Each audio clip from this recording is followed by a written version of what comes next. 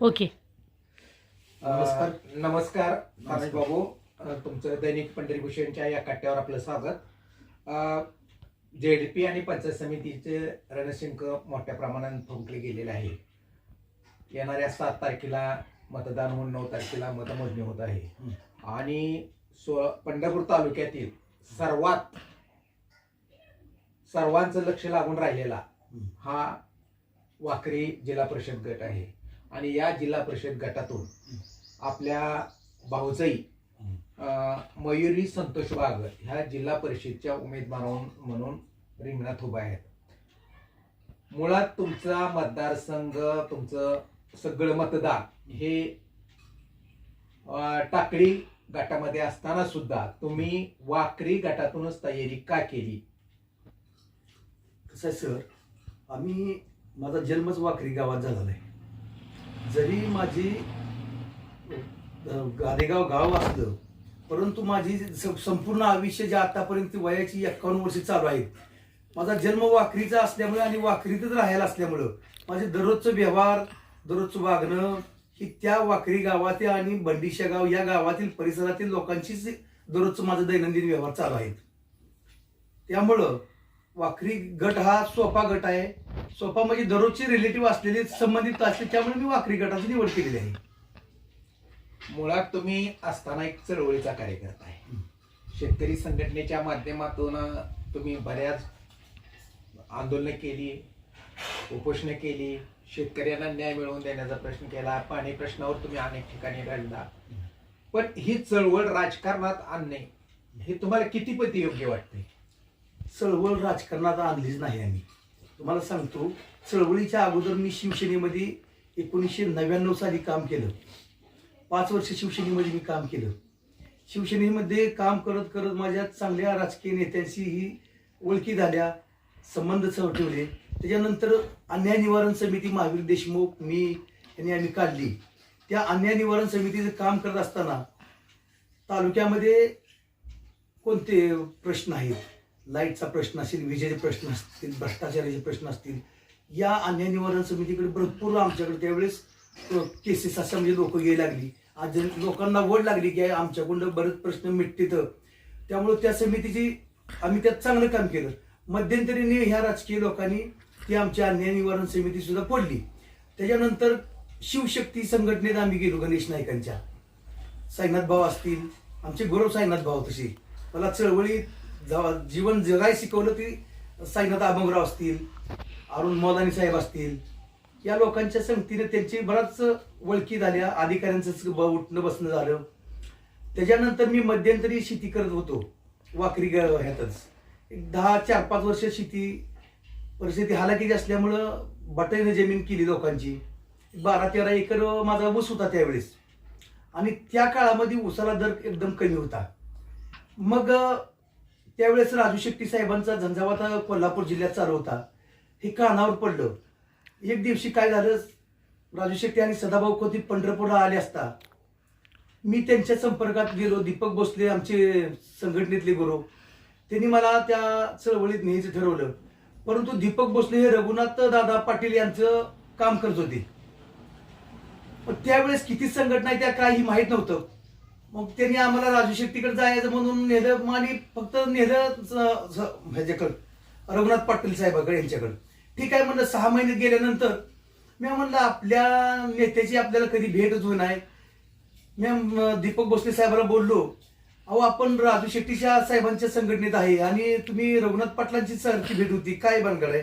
ते म्हणले या संघटना 2-3 आहेत त्यातल्या आपण रघुनाथ पाटील यांच्या संघटनेत आहे. ठीक आहे, नेतं चांगलं आहे, तर जबरदस्त आहे, परंतु त्यांच्याकडं तडजोड करायची एक नाही, एक धरली की एक हेकाड वृत्तीचे ते रघुनाथ पाटील आहेत. म्हणजे त्यांचं अभ्यास महत्वपूर्ण आहे, परंतु मागं पुढं चरायची त्यांना जास्त ही नाही. म्हणजे त्याच्यामुळे मी असं बोललो. परंतु अभ्यास पूर्ण रघुनाथ दादाचा असल्यामुळं पण या गोष्टी पुढं मागं करावं लागते. त्यानंतर राजू शेट्टी साहेबांची, सदाभावांची भेट झाली. पांढरक सहकारीवर आंदोलन केलं त्यावेळेस. उसाला दर त्यावेळेस आंदोलनानंतर आम्हाला मोठे मालक सुधाकर पंत परिचारक यांच्या ह्यांनी त्यांनी उसाची दराची कोंडी फोडली. त्यावेळेस शेतकरी संघटनेचा 2013-14 आम्ही चांगला दर मिळवून दिला. त्यावेळेस 1 महिना मी जेलमध्ये काढला. आणि हे सगळं करत असताना वरचेवर अजित पवार साहेबांचा पुतळा जाळण्याचा प्रयत्न असू द्या, बरीच आंदोलनं आम्ही केली. त्या सगळ्या गुन्ह्यामध्ये आम्ही हे केलं. कल्याणराव काळे साहेबाला त्यावेळेस आंदोलन केलं त्यांच्या विरोधात सुद्धा, त्यावेळेस बी झालं. म्हणजे प्रत्येक गोष्टीला जेल, आंदोलन, केसेस या संघटनेच्या माध्यमातून होत आल्या. माझा त्यावेळेस 2012-13 साली माझा ऊस होता. त्यावेळेस माझा 700 टन ऊस गेला. मला कमीत कमी त्या 300 रुपये वाढ मिळली होती. म्हणजे 2,10,000 मला त्यावेळेस वाढवून मिळालं. माझं आर्थिक उन्नती उंचावली त्यावेळेस. त्यामुळे संघटनेचा मला गोडी लागली.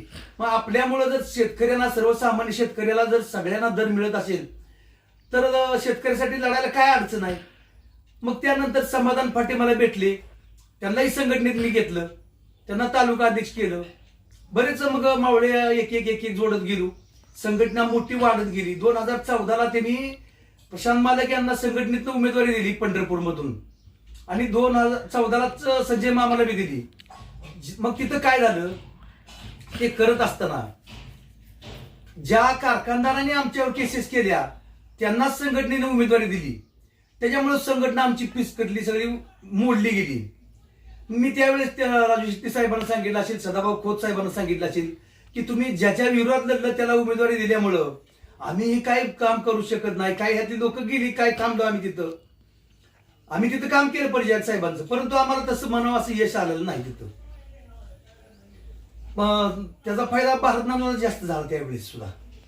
नाही, आता तुम्ही चळवळीमध्ये काम करत असताना समाधान फाट्यांचं नाव घेतलं. त्याचप्रमाणे तुमचे दीपक पवार भोसले असतील, सचिन पाटील असतील. हा तुमचा एक ग्रुप चांगल्यापैकी आजही आंदोलनात सक्रिय असतो, सगळे असतो. वाकरीचे तुमचे पाठीमागणं आलेले असतात ना, संग्राम गायकवाड, ही तुमच्या बरोबर चळवळीत बऱ्याच ठिकाणी आम्हाला ते दिसतात.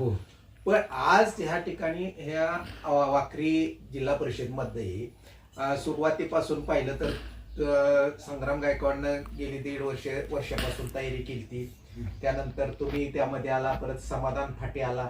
मग तुम्ही चळवळीतली एका संघटनेतली लोक एकत्र ही निवडणूक एकमेकाच्या विरोधात लढवण्याच्या तयारीला लागला होता. मग हे याच्या मागचं मुख्य कारण काय आहे की तुमच्या चळवळीमध्ये तुकडी निर्माण झाली, काही एकमेकाचं मतभेद झालं आणि त्यापैकी तुम्हाला संग्राम गायकवाडचा अर्ज काढण्या म्हणजे पाठिंबा घेण्याचा अर्ज काढण्याचा जरी असं अयशस्वी झाला असला पण पाठिंबा घेण्यास सक्षम झाला. पण समाधान फाट्यांच्या बाबतीत काय घडलं की त्यांना तुम्ही पाठिंबा देऊ शकले किंवा चर्चा अशी काही झाली का नाही? आणि तिघांमध्ये एवढा असताना सुद्धा तुम्ही एकमेकाची आधी बसून चर्चा वगैरे एक संघटनेच्या माध्यमातून केली होती का? चर्चा निवडणुकीच्या संग्रामने अगोदर तयारी चालू केली बरं का. त्याला ग्राउंड बेस नव्हता. तो कार्यकर्ता तो प्रामाणिकपणानं त्याच्या पद्धतीने तो प्रयत्न करत होता. संग्रामची, समाधान फाटेची, माझी अशी ईर्ष्या वगैरे काही नाही. परंतु चळवळ आणि राजकारण हे वेगळं आहे. चळवळ चळवळीच्या ठिकाणी राहिली पाहिजे, राजकारण राजकारणाच्या ठिकाणी वेगळी राहिली पाहिजे. मग जे माणूस चळवळ करतो त्यानं राजकारण करायचंच नाही का? सर्वसामान्याचा प्रश्न जर मांडत असताना चळवळीच्या माध्यमातून तर सोडवता येत नाही सर्वसामान्याचा प्रश्न. चळवळ जरूर केली पाहिजे, चळवळीतल्या लोकांनी राजकारण करावं हा त्याचा वैयक्तिक प्रश्न आहे. पण तुम्ही एका चळवळीमध्ये काम करत असताना मग एकत्र बसून तुमच्या तिघांमधनं एखादा उमेदवार केला असता तर आज ही परिस्थिती निर्माण झाली नसती. पण आज तुम्ही जसे संग्राम गायकवाडची उमेदवारीचा जेमतेम हे करून पाठिंबा घेण्यास सक्षम झाला, तसंच समाधान फाटेच्या बाबतीत तुम्ही चर्चा केली का? त्यांच्याबरोबर बसून काही बैठकी घेतल्या का? त्यांच्या सोबत सुद्धा ह्या मिटिंगच्या अगोदर एक पंढरपुरी दीपक भोसलेंनी मिटिंग लावली होती. संघटनेतल्या सगळ्याच पदाधिकाऱ्यांच्या, जुन्या आजी माजी सगळ्यांच्या. आणि मुळात सर सांगतो, संघटना समाधान फाटेने 4 वर्ष झाली आमची स्वाभिमानी शेतकरी संघटना सोडून. तो त्या संघटनेचा कुठलाही पदाधिकारी नाही. त्यांनी स्वाभिमानी शेतकरी संघटनेनंतर राष्ट्रवादी काँग्रेसमध्ये प्रवेश केला. संजय मामाचा प्रचार केला, दीपक आबांचा प्रचार केला. नंतर ते शिवसेनेकडे गेले त्या ह्याच्या. परत बबनदादांचा प्रचार केला त्यांनी. हे सगळं फिरून येऊन मग परत संघटनेचं ते असं शेतकरी स्वतंत्रतेने चळवळ उभा करायचं त्यांनी काम केलं. मी आमचेच मध्यंतरी बिघडलं होतं. म्हणजे संघटना सोडल्यानंतर सुद्धा मी राजू शेट्टी साहेबांची, त्यांची रविभाऊ तुपकर साहेबांची 2 वेळा समाधान पाटीलची भेट घालून दिली ती, यांचा समेट घालून मी प्रयत्न केला माझ्या ऑफिसमध्ये पंढरपुरी. तिथे होय म्हणायची आणि नंतर ती सोडून द्यायची. आणि ग्रामीण भागात फिरत असताना समाधान माझा काही दुश्मन नाही, पण समाधानचं दाखवायचं दात वेगळं आणि खायचं दात वेगळं आहे. हे तुम्ही म्हणसाल कसं? लोकात दिशाभूल करायला एक नंबरचा तो आहे. आता कालचं वाकरीचं आंदोलन, वाकरीच्या उपोषणाला 14 जण बसली. हा एकट्यानं दर्दी मिळवून दिल्याचा प्रश्न कसा येतो? 2017ला तो म्हणतो मी उपोषणाला बसलो बाजीराव. त्यावेळेस सुद्धा आम्ही होतो, आम्हीच उपोषणाला बसायची कारण नव्हतं. मी सांगत होतो उपोषणाला बसून हा प्रश्न मिटत नाही. कालच्या वेळेस सुद्धा सांगतो मी उपोषणाला बसून ही प्रश्न मिटत नाही. याला कारखान्याच्या गावानी धरा लागते. कारखान्याच्या गावानी कारखान्याची यंत्रणा बंद पडल्याशिवाय या कारखानदाराला जाग येत नाही. आणि हे सूत्र सदाभाऊ खोत असतील, राजू शेट्टी साहेब असतील, यांनी घालून दिलेलं सूत्र आहे. उपोषण हे सध्या कामच नाही चळवळीच्या लोकांचं. बरं ह्यांनी काय साध्य केलं काल उपोषण करून? आम्ही शेवटी गव्हाणी धरले ना, गव्हाणी धरल्या म्हणून त्यांनी कारखाना बंद पडला आणि म्हणूनच दर मिळलाय. आज जरी ती सहकारी 3 व्यक्ती त्या नावच घेत नाही त्यांचं, 1000 कोटी मिळवून दिले. आणि अहो माझा तुम्हाला सांगतो ती उपोषणाला बसला त्या कालच्या दोन्ही ह्याला माझी 20,000 रुपये वर्गण आहे त्याला. ही सांगत नाही तू कुठं. मी काय म्हणतोय, चळवळीचं तुम्ही राजकीय ह्याच्यात भांडवल करूच नका. मी सांगतोय का कुठं चळवळीने मी ही केलं ती केलं, ती करू नका तुम्ही. आता निवडणूक कशाची आहे? ही निवडणूक जिल्हा परिषदची आहे. जिल्हा परिषद मध्ये काय प्रश्न असतात? रस्ते, लाईट, पाणी, आरोग्य आणि जे समाजात जे घटक आहेत गोरगरीब यांना कसा तुम्ही लाभ मिळवून देणार? जिल्हा परिषद मध्ये कसा कायदा बनवून त्यांना गोरगरिबापर्यंत सर्वसामान्यापर्यंत घरकुल योजना असतील, मागासवर्गीयासाठी समाज कल्याण योजना आहे, महिला बाल कल्याण योजना आहे, ह्या योजना बनवायच्या असतात. ह्या लोकांना त्यांचा अजिबात अभ्यास नाही. त्यांना फक्त पाण्यात मीच दिसतोय. ह्यासाठी त्यांनी वाकरी गटात ही भरलेला आहे. राजकीय द्वेष म्हणायचा त्याला.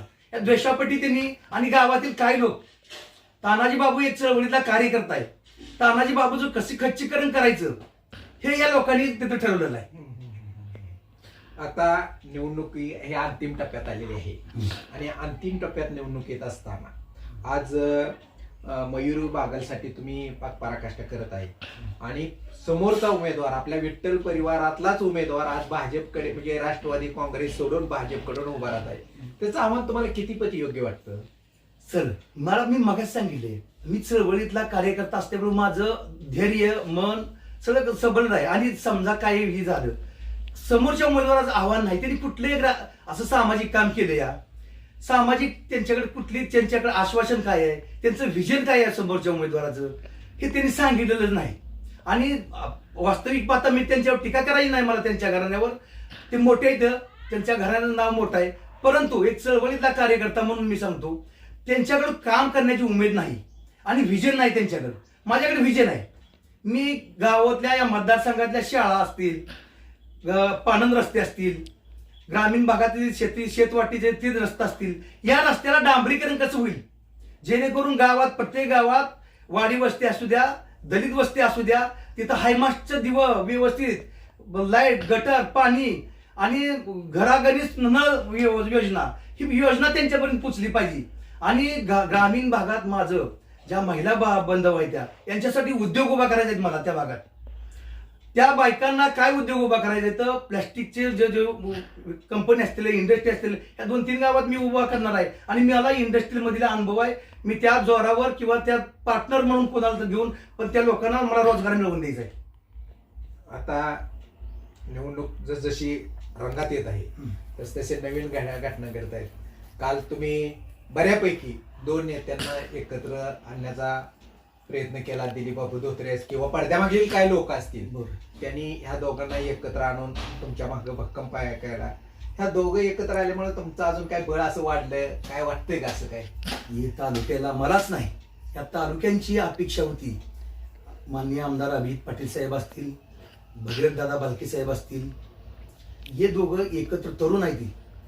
चांगला जुवा झाला तर आपल्या या ग्रामीण भागाचा, आपल्या या विठ्ठल परिवाराचा जो मागासलेपणा होता, आपले कार्यकर्ते सक्षम बनवायचे असतील तर ह्या दोघांनी एकत्र येणं गरजेचं आहे. काळाची गरज होती आणि ते आले, त्यांचं स्वागत आहे. आता यांची जोडी अशी एकत्र राहावी यासाठी मी पांडुरंगाकडे प्रार्थना करतो. गुड, छान. आता ह्या उद्याच्या निवडणुकीमध्ये व्हिजन काय असणार आहे तुमचं? विजन मी तुम्हाला मगाच सांगितलं ना, मला लाईट, पाणी या गोष्टीवर आणि प्रामुख्यानं रस्त्याची नदीच्या भागात प्रामुख्यानं अडचण मोठी आहे. मग वाखरी जिल्हा परिषद गट हा 3 विधानसभा मतदारसंघात विभागला आहे. सांगोलीचे देशमुख साहेब असतील, पंढरपूरचे आता अवताळे साहेब असतील आणि तिकडं अभिजित आबा साहेब असतील. तर ह्या तिन्ही आमदारांची मला समेट घडवून त्या भागामध्ये त्या गावामध्ये मला त्यांच्याकडून त्यांना विनंती करून निधी खिचून आणून या महिन्यात 2 महिन्यात मला पहिला रस्ते तयार करून द्यायचे लोकांना. बाबू, तुम्ही चांगल्या प्रकारे आपले मुद्दे मांडले, पण प्रकट मांडले. आणि ह्या पंढरीभूषण कट्ट्यावर येऊन तुम्ही आपलं ज्या भावना आहेत त्या तुमच्या चळवळीतले असतील किंवा ह्या दोघांना एक करण्याच्या बाबतीत, म्हणजे अजिताबा असतील, भगीरदादा असतील, यांना एक करण्याचा विठ्ठलाला मागितलेलं तुमचं साकडं असेल, त्यात 100% तुम्हाला यश मिळो. आणि येणाऱ्या निवडणुकीमध्ये तुमच्या भाऊजाई मयुरी संतोष बागल ह्या चांगल्या मतांनी निवडून येऊ अशी त्यांनी प्रार्थना करो. आणि पंढरीभूषण तर्फे तुम्हाला हार्दिक शुभेच्छा. धन्यवाद. धन्यवाद.